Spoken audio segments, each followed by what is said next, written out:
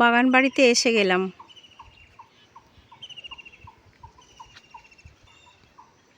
আজকের আমাদের সবার ছুটি, আমার ভাইপো ডক্টর। তো আজকের এই বাগান বাড়িতে আমরা ভাইপো, ভাই, ভাইয়ের বউ, আমি এই চারজনে মিলে আজকের এখানে আমরা পিকনিক করব। প্রচুর গাছগাছালি, সব 12 মাসের সজনে গাছ, পেঁপে, এই একটা বিশাল মানকচু গাছ, একদম ঘন বন হয়ে গেছে। এই যে বিশাল বাগান, আর এই একটা ছোট্ট ঘর আছে। যখন আমরা এখানে আসি, এখানে আমরা ওই রান্নাবান্না করে সময় কাটাই। আর ওই দিকে গেলে পুকুর, এই যে পুকুর, মাছ চাষ করা আছে।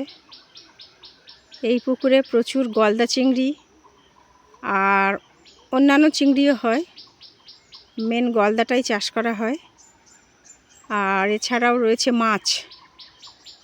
তো আমরা যখন এখানে আসি তখন বাড়ি থেকে শুধু চাল, তেল, মশলা এগুলো নিয়ে আসি, আর এই পুকুর থেকে মাছ ধরে নেই, হলে পিকনিক হয়ে যায় আমাদের। তো আজকের আর মাছ ধরা হবে না, কারণ বাড়ি থেকে মাছ নিয়ে আসা হয়েছে। কলা হয়েছে, আর এখানে সিজন অনুযায়ী নানান রকম সবজি চাষ করা হয়, ফলে আমাদের প্রায় সবজি কিনে খেতে হয় না, এই বাগান থেকেই সব হয়ে যায়। এই বাগানটা 2 বিঘা জায়গা নিয়ে তৈরি এই বাগান বাড়িটা। পুকুরটা আরও বড় হবে।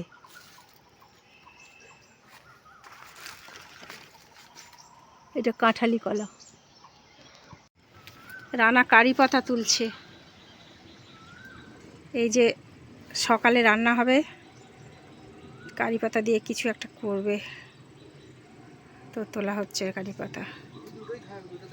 ঠিক আছে, গাছপালার ছায়াতে রয়েছি তো কোনো গরম লাগছে না, বেশ ভালো লাগছে। বিকেলবেলা পরিবেশটা আরও ভালো লাগবে। ভাই আর ভাইয়ের বউ আসছে পিছনের বাইকে। ও বাড়ি থেকে টিফিন খেয়ে বেরিয়ে এসেছি, এবার এখানে এসে রান্না বান্না হবে। আর কলা পাতায় খাবো আমরা, প্রচুর কলা গাছ। বাগান বাড়িতে ফ্রিজ নেই বলে আবার বাড়িতে চলে এলাম। এখান থেকে কোল্ড ড্রিঙ্কস আর গন্ধরাজ লেবু নিয়ে যাব, দুপুরে খাওয়া হবে। এই আমার ভাইয়ের বাড়ি।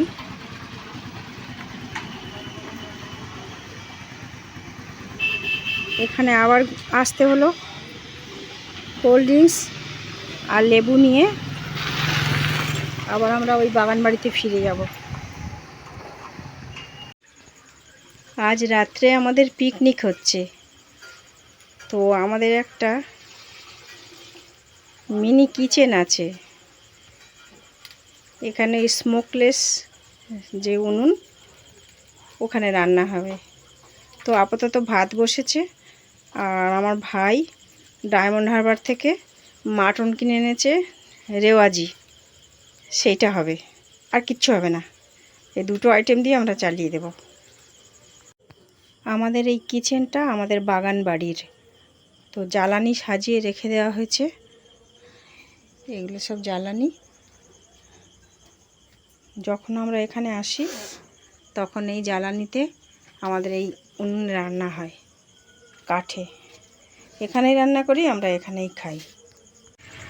পিকনিকে রান্নার দায়িত্ব ভাইয়ের, ও খুব সুন্দর রান্না করে, তাই আমাদের খাটতে হয় না, যা পারে ওই করে। আর বাগান বাড়ির রান্না আর কি হবে, মাংস আর ভাত। এ তো আর বাড়ি নয়। হ্যাঁ, মাটন।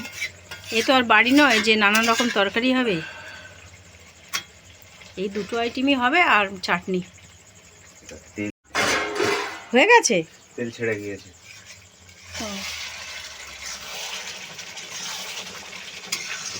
জল দিবি তো?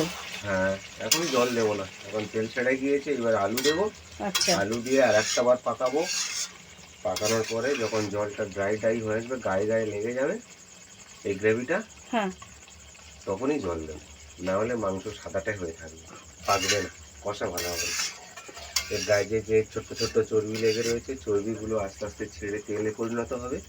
সেই তেলগুলো ছেড়ে দেবে, আবার ওইটাকে ড্রাই হবে, তারপরে জল দিতে হবে। দেখতে তো বেশ দারুণ হয়েছে, আর স্মেলটাও দারুণ উঠেছে। এখন তো হয়নি, দেরি আছে। এই তেলটাকে এর গায়ে আবার শুকাতে হবে, তারপরে জল দিতে হবে। এক্ষুনি জল দিলে আর দেখতে হবে না, শুধু সিদ্ধই খেতে হবে। ঠিক আছে। এবার আলু দেবো। হয়ে গিয়েছে, 3 ঢাকা দেওয়ার আগে আলু দিয়ে দিলাম। এবার আর একবার ঢেকে দেবো, দিলে ওর যত স্বাদ গন্ধ আলু টেনে নেবে, বিরিয়ানির মতো আলুটা লাগবে।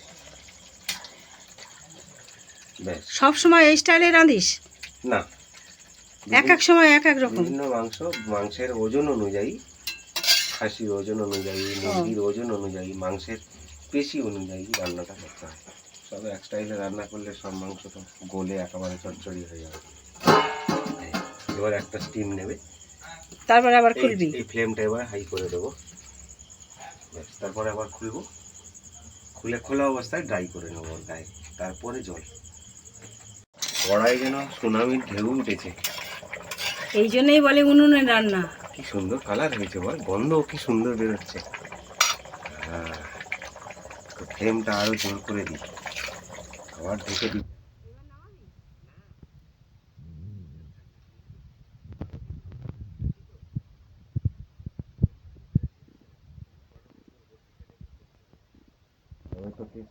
যার জন্য লোহার কড়াই তো করছি।